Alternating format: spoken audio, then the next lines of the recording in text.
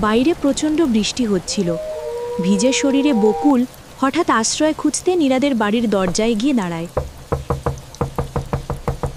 নীলা তাকে ভেতরে নিয়ে আসে। বকুল অসুস্থ ছিল, শরীরে জ্বর। নীলা তাকে বসতে দেয়। নীরবতার মাঝেই শুধু বৃষ্টির শব্দ চলতে থাকে।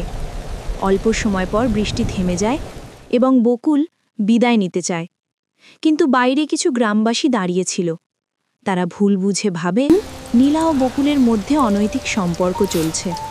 তারা জোর করে এলাকার মেম্বারকে ডেকে আনে এবং শেষমেশ সিদ্ধান্ত হয় তাদের বিয়ে দেওয়ার। রাতে গ্রামের সবার উপস্থিতিতে নীলা ও বকুলের বিয়ে হয়ে যায়।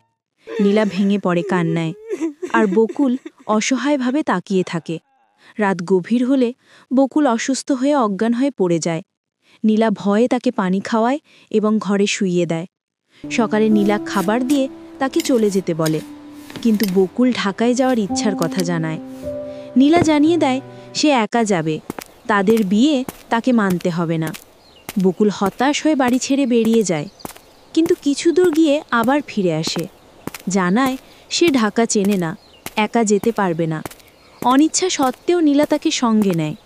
দুজন বাসে উঠে ঢাকার পথে যাত্রা শুরু করে। বকুল জানায় তার বন্ধু মহাখালীতে থাকে, তবে ঠিকানা জানা নেই।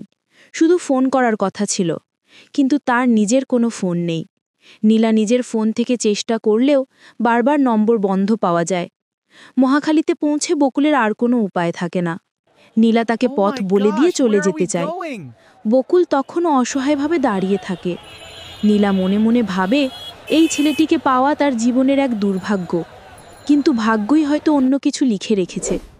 ঢাকার পথে দুজনের এই অনিচ্ছাকৃত যাত্রা নতুন কোনো গল্পের সূচনা করে দেয়।